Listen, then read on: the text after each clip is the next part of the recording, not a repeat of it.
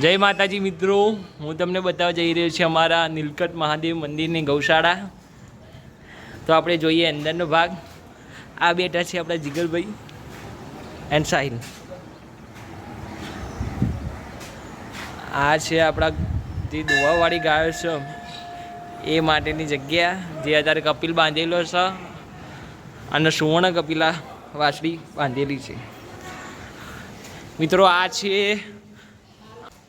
નીલકંઠ મહાદેવ મંદિરની ગૌશાળાની ગાયોના વાછડા.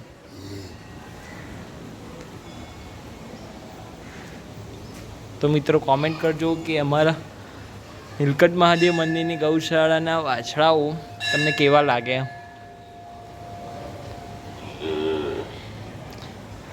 અને આપણે પંખો પણ ચાલુ કરી દીધો છે, તેથી બધા શાંતિથી બેસી જાય. મિત્રો આ છે અમારું કપિલ. આજે જે થોડો બીમાર પડ્યો છે, એની દવા માટે ડૉક્ટરનો ફોન કર્યો છે, હમણાં આવી જશે. આ છે અમારી સુવર્ણ કપિલા અને બાજુમાં બીજી વાછડી બાંધેલી છે. મિત્રો અત્યારે બધી ગાયો બહારના વાડામાં ઘાસ ખાવા છોડી છે. થોડી વારમાં અંદર આવશે જે દોવાવાળી છે એ ગાયો. તો હું તમને બતાવું એ દોવાવાળી ગાયો અને દૂધ વગરની ગાયો. જો મિત્રો આ અમારી છે નીલકંઠ મહાદેવ મંદિરની ગાયો, જે અત્યારે બધી પૂનમના લીધે વધારે ઘાસ આવવાથી બધી ધરાઈને બી ઊભી છે.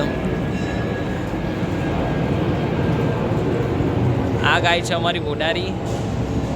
એનું નામ બોડારી છે. એને અંદર આવવાની ઉતાવળ છે, તેથી આપણા જોડે આવી ગઈ છે. આ છે અમારી ભૂરી. પાછળ મધર આવે છે.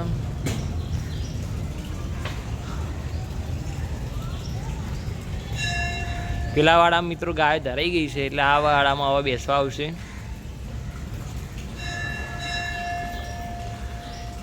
જે મારી દોવાવાળી ગાયો છે એને અમે અંદર બાંધીએ છીએ, બીજી ગાયો અમે બહાર બાંધીએ છીએ, બહાર ખુલ્લા વાડામાં.